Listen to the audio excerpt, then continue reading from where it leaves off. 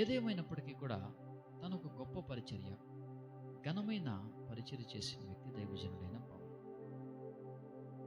అలాంటి వ్యక్తి ఒకసారి కొరింథీ పట్టణానికి వెళ్తూ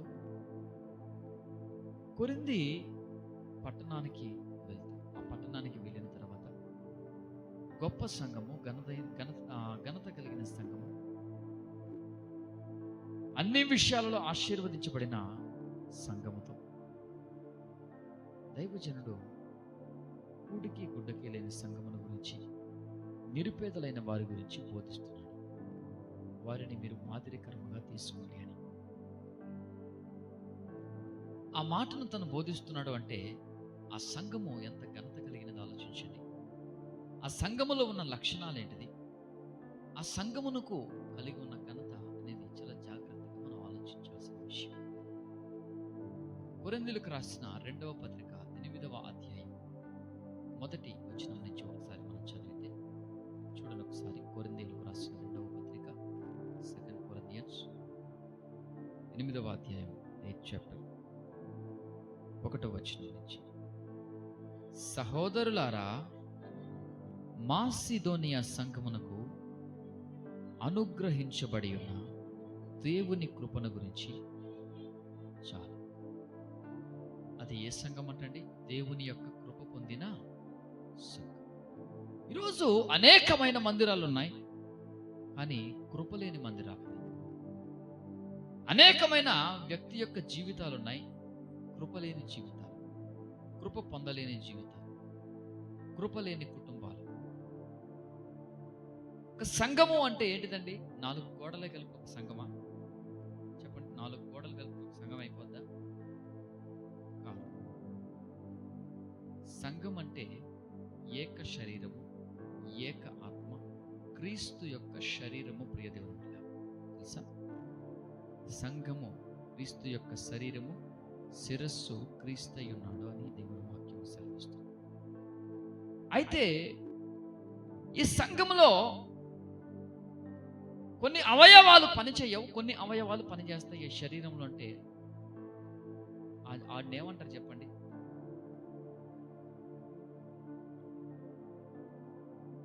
శరీరంలో ఏదో ఒక అవయవం పనిచేయకపోతే వాడిని ఏమంటారు? అవిటివాడు అంటారు, అంగవిహీనుడు అంటారు.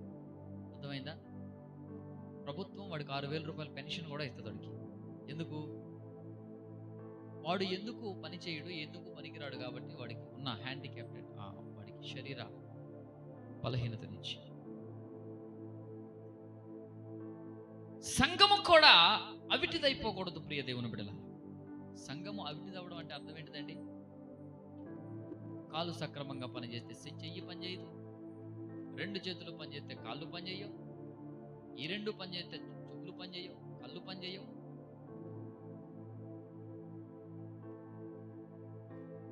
సంఘము అవిటిదవ్వకూడదు.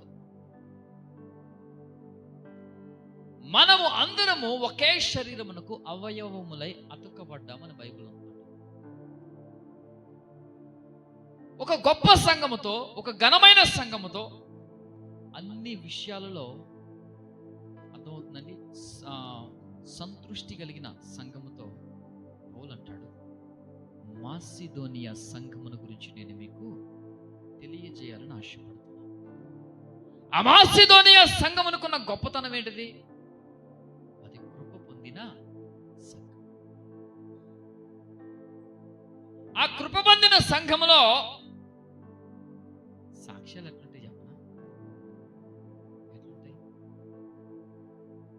చెప్పండి. అయ్యగారు, మొన్నే ఒక బర్రెని కొనుక్కున్నాను, దేవుని కృప పొందాను. బర్రెని కొనుక్కోవడానికి ఏమైనా సంబంధం ఉందా అసలు? దేవుని కృపకి నువ్వు బర్రెని కొనడానికి అసలు ఏమైనా సంబంధం ఉందా?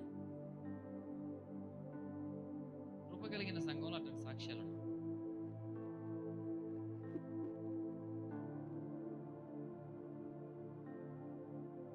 కృప కలిగిన సంఘంలో ఉన్న సాక్ష్యాలు ఎట్లుంటాయి? అమ్మగారికి, అయ్యగారికి గత సంవత్సరం అంతా కృపను పొందుకోమంటే గాడి పోయి దరిద్రాన్ని పొందుకొని వచ్చాం. ఈ సంవత్సరమైన కృపను పొందుకునే సహాయాన్ని ప్రభు దయచేయాలని అమ్మగారు, అయ్యగారు, మీ అందరూ కూడా మా గురించి ప్రార్థన చేయాలి. మరి నువ్వేం చేస్తుంటావు?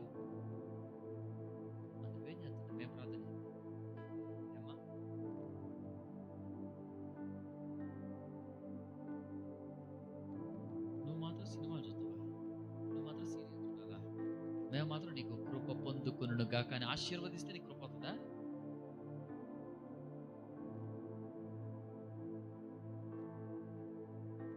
కృప అంటే ఏంటిదండి? మందిరానికి వచ్చి పాడుకోవడం, అది కృప. అది గొప్ప కృప. అది కృపావరముల్లో మొదటి వరం. అది ఏంటిది? పడుకోవడానికే మందిరానికి వస్తాం.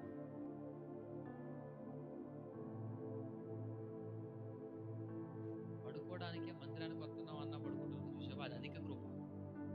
ఇంకా పడుకుంటాం చూసావా, దాన్ని అధిక కృప అంటారు. చెబుతున్నా సరే,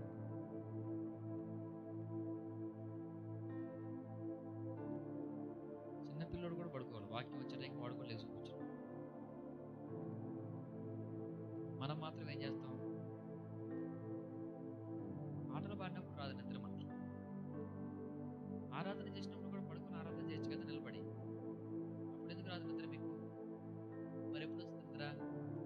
అదేంటి అర్థం కాదు. వాక్యం వచ్చేటప్పటికే నిద్ర వస్తుందంటే అపవాదిగడికి దాని విలువ తెలుసా లేదా? దాని విలువ తెలుసు కాబట్టి వాడు వాక్యం సమయానికి నీలో మొత్తం మంది వేస్తాడు. అర్థమైందా? వాడొక పెద్ద మత్తు డాక్టర్.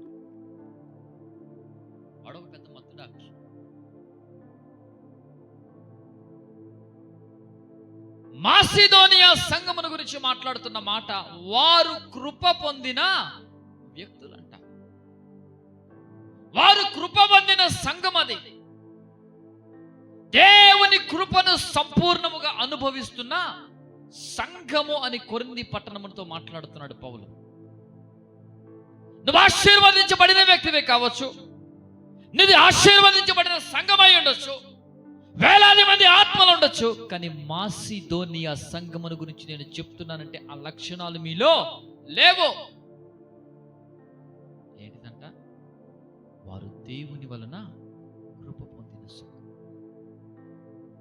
కృప పొందిన అడుగుంటే లక్షణం ఏంటిది? కిందకి చదువు. ఏలయనగా బహుశ్రమల వలన పరీక్షించబడగా,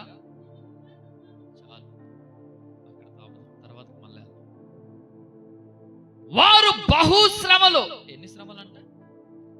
ఏ శ్రమలు అని రాయబడింది? ఒకసారి మీరు చెప్పండి, ఏ శ్రమలు? ఏ శ్రమలమ్మా? ఏమంటే ఏ శ్రమలు అంటే ఏమవుతుంది? ఏం రాదు, గట్టిగా మాట్లాడు. బహుశ్రమలు కొంచెం గట్టిగా చెప్పండి. నోర్లు లేవా? తేలేదా ఇక్కడికి? ఎవరు ఇంటికాడ పెట్టొచ్చారా నోర్లు? ఏ శ్రమలంట? కొంచెం గట్టిగా చెప్పు. నువ్వు చెప్పినంత వరకు రెండైనా ఏడనే ఉంచుతా. బహుశ్రమల దగ్గర చెప్పు. ఏ శ్రమలు? బహుశ్రమలు వారికి కలిగినప్పుడు అంట ఏం చేశారంట వాళ్ళు? ఇప్పుడు చెప్పండి. సంతోషించారని చెప్పండి. ఏం చేశారు? మరి నువ్వేం చేస్తావు? వారికి బహుశ్రమలు కలిగితే వారు ప్రభువునందు సంతోషపడ్డారు. శ్రమలను ఆనందముగా ఎంచుకున్నారు వాళ్ళు. వారు కృప పొందిన సంఘము అని వారిని గురించి ఎందుకు మాట్లాడాడు దేవుడు? ఎందుకు? సరాసరి దేవుని కృప పొందిన సంఘం. వారు నిరుపేదలే, వారు తిండికి గతి లేని వ్యక్తులే, వారు మంచి వస్త్రాలకు గతి లేని వ్యక్తులు. వారు అయినప్పటికీ కూడా వారిలో గుణం ఏంటిదో తెలుసా? బహుశ్రమలలో సంతోషించే గుణం అంట. నువ్వు సంతోషిస్తావా బహుశ్రమల్లో? బ్రదర్ సిస్టర్స్ చెప్పండి. బహుశ్రమలలో సంతోషించే లక్షణం అనేది ఏమైనా ఉందా మనకి? లేదా? ఉంది అంటే ఇంకా సమాధానం అవుతుంది, లేదు అంటే దాని గురించి కొంచెం బోధిస్తుంది. ఉందా? ఎందుకు లేరా నాయన, నీకు చెప్పిన వేస్ట్, నువ్వు మళ్ళీ ఏదో తిడతావు మళ్ళీ మమ్మల్ని.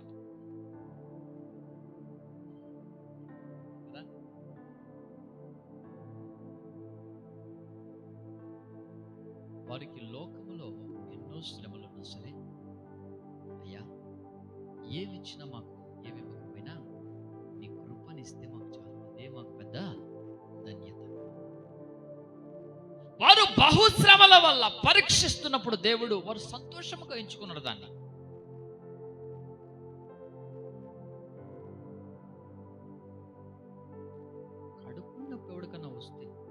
జ్వరం వస్తే, ఒకవేళ వాడికి హెడ్ఏక్ వస్తే, బాడీ పెయిన్స్ వస్తే, నేను ఎత్తిందా చంపుతున్నాను ఫోన్ అన్న. అర్థమైందా? నేను ఎత్తిందా బతకనియన్నాడు. బతకనియన్నాడు. ఫస్ట్ నైట్ ఒకడే ఫోన్ చేస్తున్నాడు. నేనే ఒక ఆరాధనలో ఉంటే కట్ చేస్తాను, ఆరాధనలో ఉంటే కీబోర్డ్ వాయించాలి, వాడి ఫోన్ మాట్లాడాలి, కట్ చేస్తాను. అందుకే కరెక్ట్ 10 నిమిషాల తర్వాత ఆరాధన ఏందో ఆడికే చేసా ఫస్ట్ ఫోన్. ఎంత అర్జెంట్ ఫోన్ చేస్తాను, హ్యాపీ న్యూ ఇయర్ అన్నా. ఈ మాట చెప్పడానికి ఫోన్ చేసేవారు నువ్వు అన్న, ఈ మాట చెప్పడానికే ఫోన్ చేసేవారు.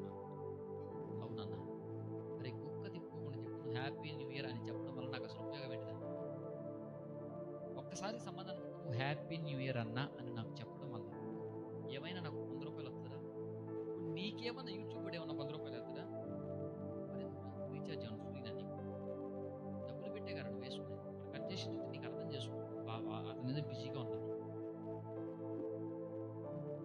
నువ్వంటే పని పాట లేకుండా ఉంటాయి. 12 అవగానే ఫోన్ చేస్తుంటావు ప్రతి ఒక్కరికి. నీకు ఇప్పుడు పనులు ఉండవా?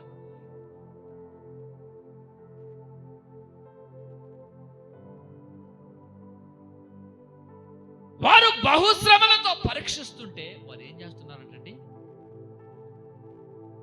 సహనము కలిగి దేవుని కొరకు కనిపెట్టుకుని జీవించిన సంఘం అది.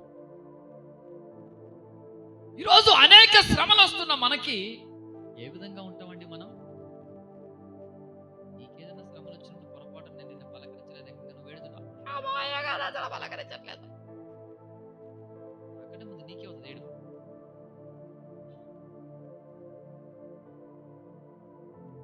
మాస్టర్ చులకనగా చూస్తాడు. నేను వందనాలు చెప్పినా సరే పట్టించుకోడు. నేను పట్టించుకోలేదు, నేను వినిపించుకున్నాను అర్థం కాదు. నేను హెల్మెట్ పెట్టుకున్నాను, ఇటు పక్క అటు పక్క ఏం కనపడదు, స్ట్రైట్ ఉన్నదే కనపడదు. పొరపాటు నాకు వందనాలు చదువుతా ఇటు పక్క నుంచి నాకు నేను వినిపించుకొని వెళ్ళిపోతా. ఎందుకు? ఈ హెల్మెట్ పెట్టుకుంటే బ్లూటూత్ పెట్టుకుంటా, ఫోన్లు ఎక్కువ వస్తాయి కదా, మళ్ళీ మాటికి హెల్మెట్ తీసి మాట్లాడి కుదరదు కాబట్టి నేను బ్లూటూత్ పెట్టుకున్నాను. పొరపాటు నువ్వు అన్నా వందనాలన్నా అని పిలిచినప్పుడు నాకు వినబడదు. ఫీల్ అవుతావు. పెరిగింది నిన్నగాక ముందు వచ్చినావు, ఎంత బిల్డప్ అంటే నేను పిలుస్తున్నా సరే పలకడా అట్లా అనుకుంటావా? సరే వినిపించి ఉండదులే, తర్వాత ఎప్పుడు కనిపించినప్పుడు అన్నా నిన్ను పలకరించాను అన్న నువ్వు వినిపించుకోకుండా వెళ్ళిపోయి అంటావా? అంటే ఇప్పుడు రెండో మాట ఎవడు చెప్పడు. అంతేలే, ఆయనకు బొయ్యచ్చులు పెరిగింది ఈ మధ్య, బొయ్యచ్చులు పోతుండే ఆయన.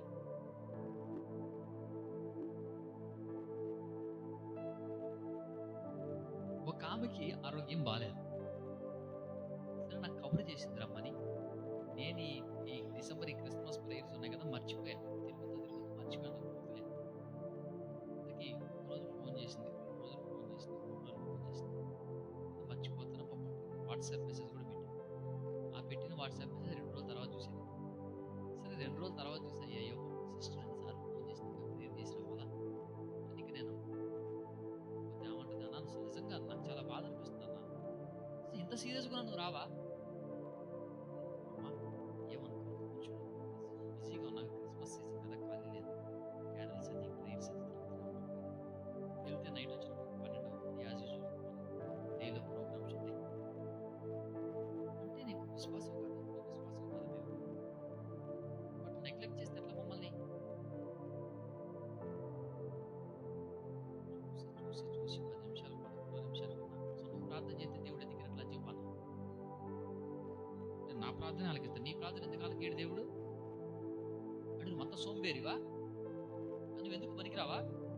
అసలు పనికిరాని విశ్వాసం ఎందుకు నీకు? మర్చిపోయా తల్లి, అంతా చెప్పేసి మర్చిపోయా తల్లి, ఏమనుకో, సారీ.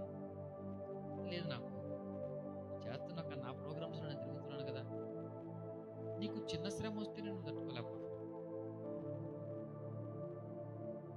పాపం వాళ్ళ ఊరు దాకా పోయా, కుమారి వాళ్ళ ఊరు దాకా, కానీ వెళ్ళలేదు ఇంటికి. ఇప్పుడు చెప్తే ఫీల్ అవుతుంది, రాలేదు. వాస్తవం వద్దామని అనుకున్నాను కానీ అప్పటికే నాకు లేట్ అయింది అక్కడ. ఫీల్ అవ్వలేదుగా.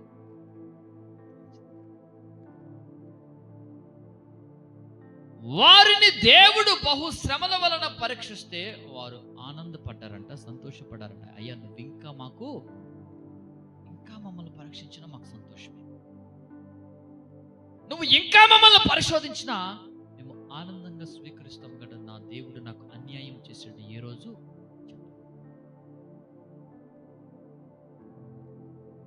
ఈరోజు అనేక మందికి శ్రమలు వస్తున్నప్పుడు, శోధనలు వస్తున్నప్పుడు నువ్వు నిలబడగలుగుతున్నావు అసలు?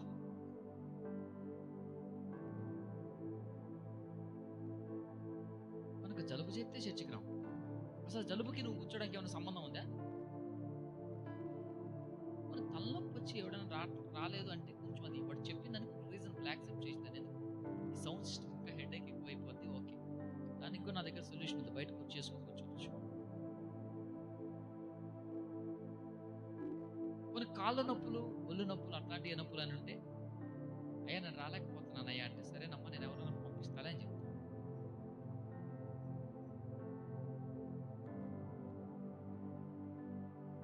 జలుబు చేస్తానంట, చర్చికి రాదంట. కాళ్ళు నొప్పులు వస్తానంట, చర్చికి రాదంట. మరి చర్చికి రాదని ప్రార్థన, చర్చికి రాదని ప్రార్థన కూడా చేయించుకోవచ్చు. కాళ్ళ నొప్పులు వచ్చినప్పుడు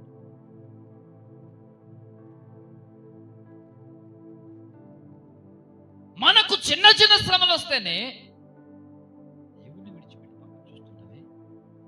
కానీ మాసిదోనియా సంఘం బహు శ్రమలు వచ్చినా సరే వారు విశ్వాసంతో వెళ్ళిపోలేదు. కుటుంబంలో సమస్యలు, ఆర్థికంగా సమస్యలు, తినడానికి సమస్యలే, మంచి వస్త్రాలు వేసుకోవడానికి సమస్యలే అయినప్పటికీ కూడా వారు దేవుని యందు నిలకడ కలిగిన విశ్వాసము కలిగి ఉన్నారు. మీకు ఒక సందర్భాన్ని చూపిస్తాను చూడండి. అపోస్తుల కార్యాల్లో 16వ అధ్యాయం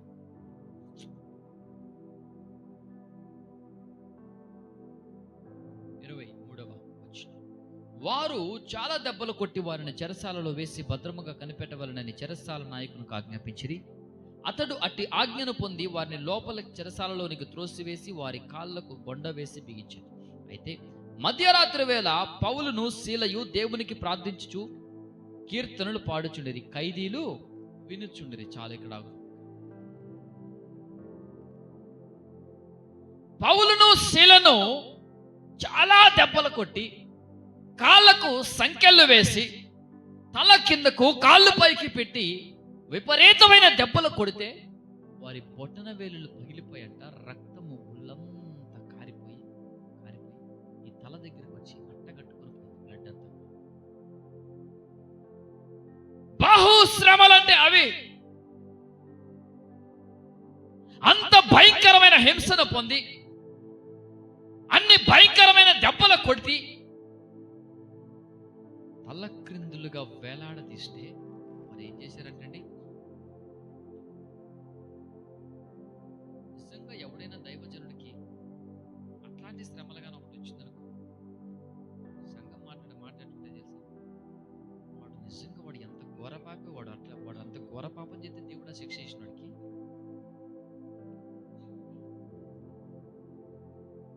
ఎంత ఘోరపాపం చేస్తే దేవుడు అంత శిక్ష చేసిండండి వాళ్ళకి, శాపములకి. ఒకవేళ విశ్వాసకు, సంఘ పెద్దకు, పరిచారకుడికి ఎవడికో ఒకటికి వచ్చిందనుకో, అట్లాంటి శ్రమ ఉంటుంది. కఠినం జరగాలి అడిగి. అట్లా జరిగితేనే దేవుడు న్యాయం చేసినట్టు అంటారా లేదా? ఖచ్చితంగా అంటారు. ఆ పరిస్థితిలో నిజంగా మనకొస్తే మాట మన నోట్లో నుంచి వస్తుంది, మళ్ళా జీవితంలో ప్రాణం పోయిన బైబిల్ పట్టుకొని ప్రసంగం చేయి అంటే దేవుడు నన్ను కొడితే, వాళ్ళు కొడితే దేవుడు కొట్టియడమేనా? దేవుడు ఆపాల్సిన పని లేదా? వారు అంత శ్రమలు పడుతుంటే, అన్ని ఇబ్బందులు పడుతుంటే, అన్ని కఠినమైన పరిస్థితులు అనుభవిస్తుంటే మరి ఏం చేస్తున్నారు తెలుసా? ఆనందముతో ప్రభువును స్తుతిస్తున్నారు. ప్రియ దేవుని బిడ్డలారా, ఆనందముతో కీర్తనలు. వాళ్ళకున్న గొప్ప గుణం ఏంటి తెలుసా? అక్కడ కూడా సువార్త చేస్తున్నారు తెలుసా? ఆ పరిస్థితిలో కూడా వాళ్ళు ఏం చేస్తున్నారంట? సువార్త ప్రకటన. వాళ్ళిద్దరు పాటలు పాడుతుంటే, ఆరాధన చేస్తుంటే, కీర్తనలు పాడుతుంటే తోటి ఖైదీలందరూ కూడా ఏకీభవిస్తున్నారు వాళ్ళతో.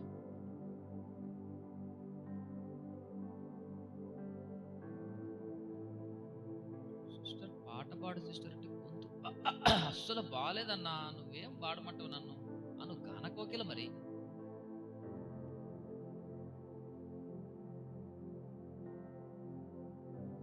నీకు తీసుకొని పాట పాడు సిస్టర్ అంటే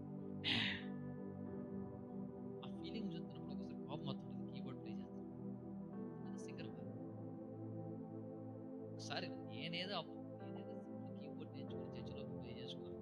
ఒకసారి చర్చిలోకి వచ్చింది నేను ఈ పాటకు చూడు ఇది విని ఒకసారి అన్న, ఇది విని ఏం చేయాలా, అది ఉన్నది ఉన్నట్టు ప్లే చేయాలా. నేను అన్నా నువ్వు ఉన్నది ఉన్నట్టు పాడా మా ముందు అన్న, నువ్వు ఉన్నది ఉన్నట్టు పాడి నేను ఉన్నది ఉన్నట్టు ప్లే చేస్తాను. నీ గొంతింటేనే ఏడున్న కుక్కలు అల్లాడి పరిగెడితే ఓ అని, నువ్వు పాడితే నేను దాని ఉన్నట్టు ప్లే చేస్తాను.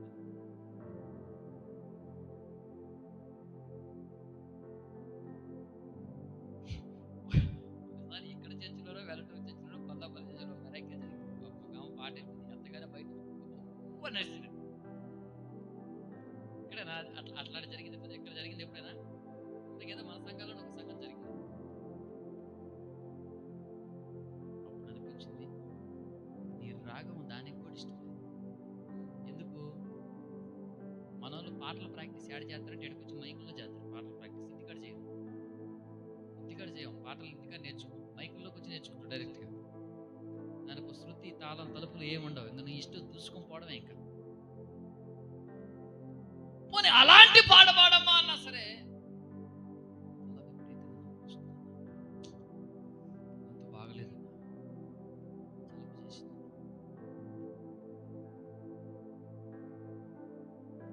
జలుబు చేసినప్పుడు నీకు పిచ్చి లేకపోదు. పిచ్చి అంటే ఆ పిచ్చి కాదు, గొంతు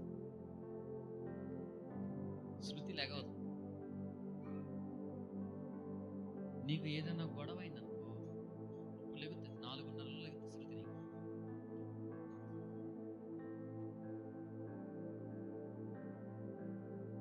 పౌలును శీలను తలక్రిందులుగా వేలాడదీసి విపరీతమైన దెబ్బలు కొట్టి ఆ రక్తమంతా కారిపోయి తల దగ్గర జుట్టుకి అట్టకట్టుకొని పోతే ఆ పరిస్థితిలో వాళ్ళు చేసింది తెలుసా? కీర్తనలు పాడుతూ వారు పడుకోలేదు, తోటి ఖైదీలవన్నీ పడుకోనివ్వలేదు. అది భక్తి అంటే. 5 గంటలకు ప్రార్థనకు రండి అమ్మా అంటే ఇంకోడు వచ్చేవాడు లేడు. ఏమనంటేనేమో లేచేటప్పుడు 6:05 భాష కాదు, ఏ భాష 5ంటికి పెడతావు. మరింత సైకో సాటిస్ట్గా తయారై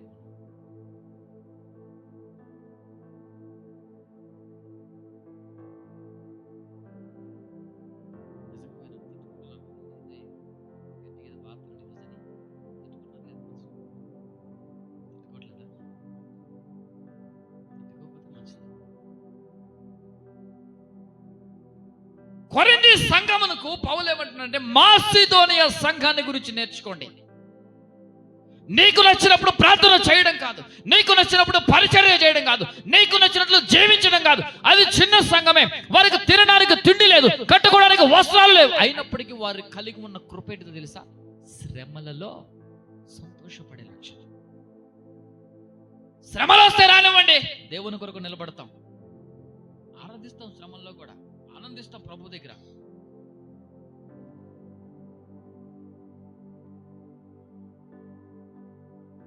అంతేగాని పౌలును పలకరించడానికి ఎవరైనా జైలుకి వస్తే చూడండి, అంటే 2 రోజులు మరీ దారుణంగా వచ్చి స్వార్థ ప్రకటించిన ఎవడని పడుతుంది, మరీ పోలీసులకు తయారంటే ఫ్రెండ్లీ పోలీసింగ్ అంటే మన ఏం లేదు. దారుణం పడుతుంది, అసలు ఊహించుకోవాలి. పడితే బైబిల్ కూడా పట్టుకునే వాళ్ళం కాదు, శుభ్రంగా విశ్వాసంలో ఉండేవాళ్ళం. ఎవడు పట్టుకున్నాడు ఈ బైబిల్? అసలు పట్టుకో బైబిల్.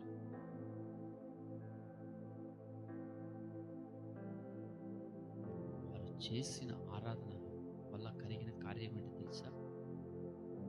అది కింద వచనంలో ఉంటుంది, చదవండి ఒకసారి. అప్పుడు అకస్మాత్తుగా మహాభూకంపం వచ్చిందంట. ఏమొచ్చింది? ఏ భూకంపం? మహాభూకంపం అంటే ఇంకా రెక్టర్ స్కేల్ మీద ఎంతవరకు ఉందో చూడండి.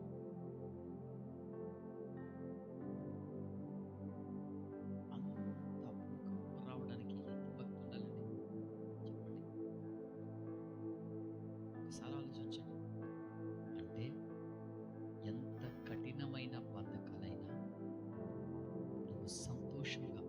వస్తే అవి యేసు నామములో తెగిపోతాయి.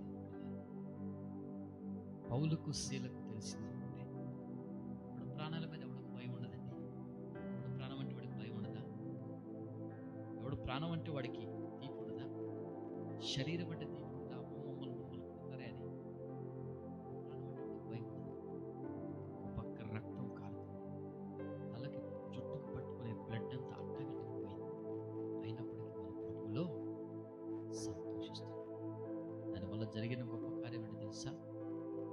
వారు కీర్తనలు పాడుతుండగానే మహా చెరసాలన్నీ బద్దలైపోయాయి, సంఖ్యలు. ఆ కృప మాసిదోనియా సంఘం కలిగింది. ఈరోజు ఎంతమంది నిజంగా నువ్వు శ్రమల్లో ఆనందిస్తున్నావు చెప్పు. శ్రమలు వచ్చినప్పుడు నిజంగా నాకు శ్రమలు చాలా సంతోషం అండి. పాట మాత్రం బ్రహ్మాండంగా పాడుతాం, శ్రమలే నా అతిశయం. నిజంగా నీకు శ్రమలు వచ్చినప్పుడు ఒక్కసారి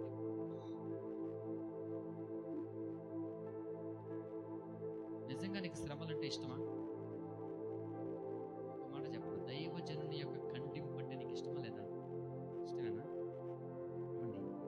అయితే ఇష్టం అని చెప్పు, లేదంటే ఇట్లా అని చెప్పు. చెవులు ఉన్నాయా? చెవి గలవాడు మాత్రమే వినును గాక. విన్నావా? ఇప్పుడు చెప్పు, దైవజనుడి గద్దింపు ఇష్టమా ఇష్టం కాదా?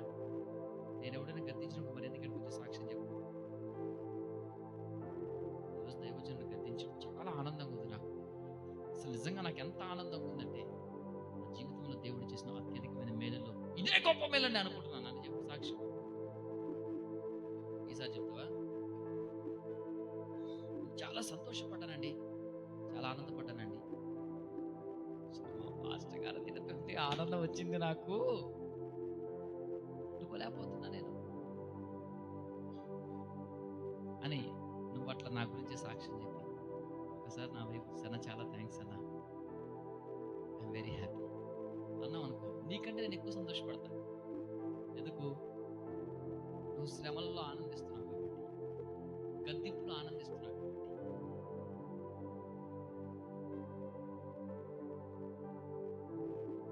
అట్లనే సంతోషంగా నవ్వుతూ నవ్వుతూ బాయ్ అని చెప్పుకో, ఓకేనా?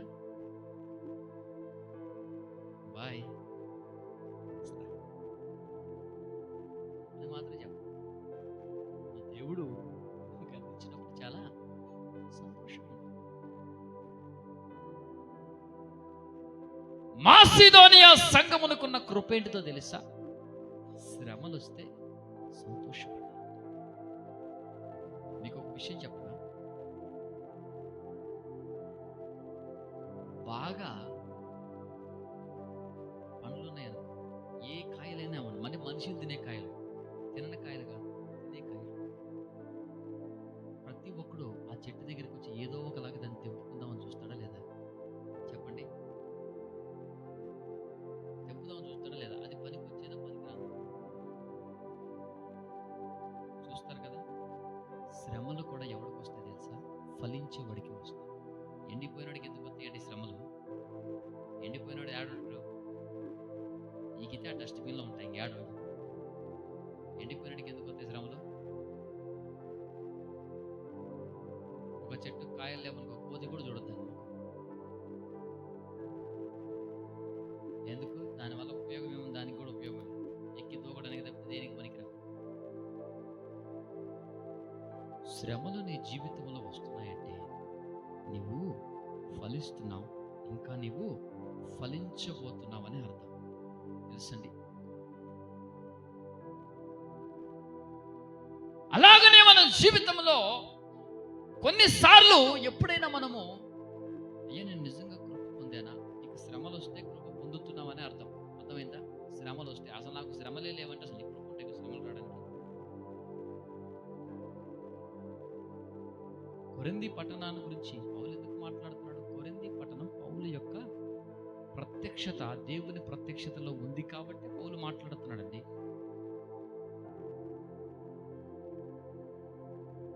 దేవుడు వారితో మాట్లాడాలనుకుంటున్నాడు కాబట్టి వారితో మాట్లాడుతున్నాడు పౌలు. ఈరోజు నీ జీవితంలో ప్రభు మాట్లాడుతున్నది తెలుసా? గత సంవత్సరం నీ జీవితంలో ఏ విధంగా గడిచిందో కానీ ఈ సంవత్సరం అయినా దేవునికి అనుకూలంగా బ్రతుకు. శ్రమలు వచ్చినప్పుడు మహా ఆనందంగా ఎంచుకో. శ్రమలు నీ జీవితంలో వస్తున్నాయా? దేవుడు మహిమకరమైన ఆశీర్వాదముతో నిన్ను నింపబోతున్నాడని ఇప్పుడు జ్ఞాపకం చేసుకో. కఠినమైన పరిస్థితులు నీ జీవితంలో వస్తున్నాయా? దేవుడు ఏదో చిగురించి మళ్ళీ ఆ చిగురు నుంచి ఒక గొప్ప కృపను చూపించబోతున్నాడని ఎప్పుడు జ్ఞాపకం చేసుకో. కొన్నిసార్లు మన జీవితంలో శ్రమలు రాగానే దేవుడి మీద విసుగు, శ్రమలు రాగానే ఎందుకు నాకు ఇలాగ జరిగింది, శ్రమలు రాగానే మందిరానికి వెళ్తున్నా ఎందుకు మాకు ఈ పరిస్థితి అని చాలాసార్లు అనుకుని ఉండొచ్చు. ఒక విషయం మాత్రం దైవజనుడికి జ్ఞాపకం చేస్తాను. శ్రమలలో నువ్వు ఎప్పుడు సంతోషించే వ్యక్తిగా, శ్రమలలో దేవునికి కృతజ్ఞతలు చెప్పే వ్యక్తిగా, శ్రమలలో దేవునికి ఆనందపడే వ్యక్తిగా నువ్వు ఉంటే దేవుడు అన్ని విషయాలను నువ్వు మేలు చేస్తాడు. శ్రమలు ఎందుకు వస్తాయంట? పరీక్ష కోసం అని చెప్పండి. 9 పాస్ అయితే ఆడికి వెళ్తాడు, 8కి ఎందుకు రాడు చెప్పండి. 8కి రావా? 8కి వస్తే ఇంకా బాగుంటుంది.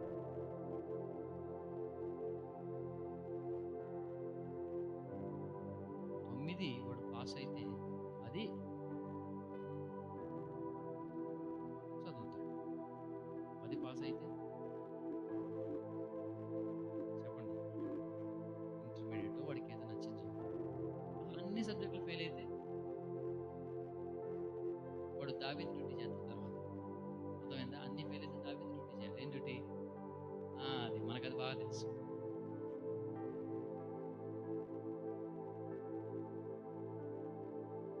అందరూ పాపం అట్లనే కాదు.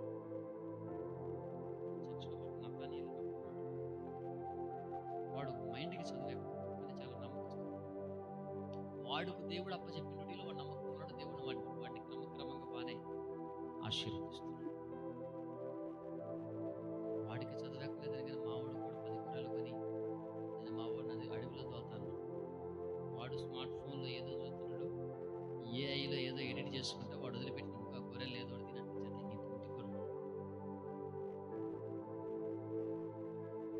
శ్రమలు క్రైస్తవుడి మంచికి ఇప్పుడు జ్ఞాపకం చేసుకో. శ్రమలు వస్తే నీ జీవితంలో ఆశీర్వదించబడతావు. అసలు నాకు శ్రమలే వద్దండి, అసలు నాకు దేవుని శోధన అంటే ఇష్టం వద్దండి అంటే నీ జీవితంలో ఆశీర్వాదం రాదు. ప్రభు నీతో మాట్లాడుతున్న మాట ప్రియమైన మాసిదోనియా సంఘానికి ఉన్న గొప్ప వరం ఏంటిదంటే కృప పొందిన సంఘం. మనం కృప పొందుకుందాం అనుకునే క్రమంలో దరిద్రాన్ని పొందుకుంటాం. అర్థమైందా? కృప పొందుకుందామనే వస్తాం కానీ దరిద్రాన్ని పొందుకుపోతాం. దరిద్రం అంటే ఏంటిది? నిద్ర. అర్థమైందా? నిద్ర.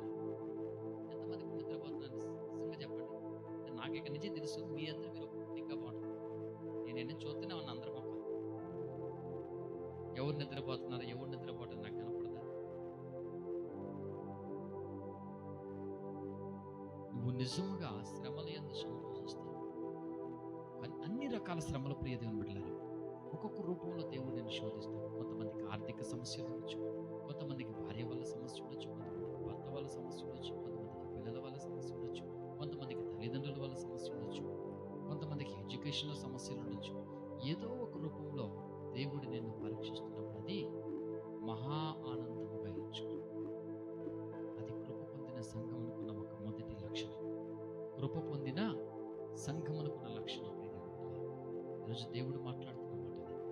కొరింథీ సంఘంతో అంటున్నాడు, నీ డబ్బు కాదు ముఖ్యం, నీ ఆస్తిపాస్తులు కాదు, నీ పరిచర్య కాదు, వీటన్నిటికంటే ప్రాముఖ్యమైన ఏంటో తెలుసా? శ్రమలు వచ్చినప్పుడు సంతోషం. అది కృప. అదండి కృప అంటే. శ్రమలు రాగానే ఏం దేవుడు అండి మా దేవుడు అసలు.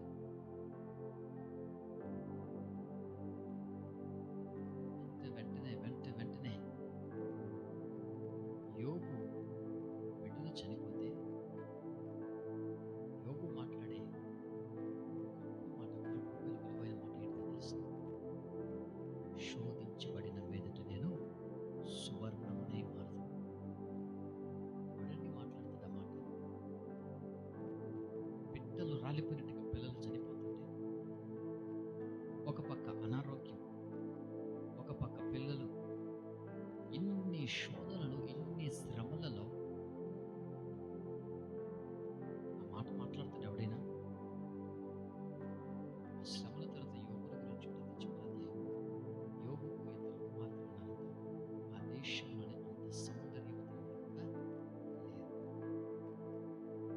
యోబుకు మునుపటి కంటే దేవుడు రెండంతలుగా ఆశీర్వాదాన్ని ఇచ్చాడు. అది కృపంటే, అది దేవుని యొక్క నీ జీవితంలో అటు శ్రమలు వచ్చినప్పుడు సంతోషంగా ఉండు. అటు శ్రమలు వచ్చినప్పుడు ఆనందంగా ఉండు. శ్రమలు ఎప్పుడు కూడా గుర్తుపెట్టుకోండి, కొద్ది కాలమే ఉంటాయి.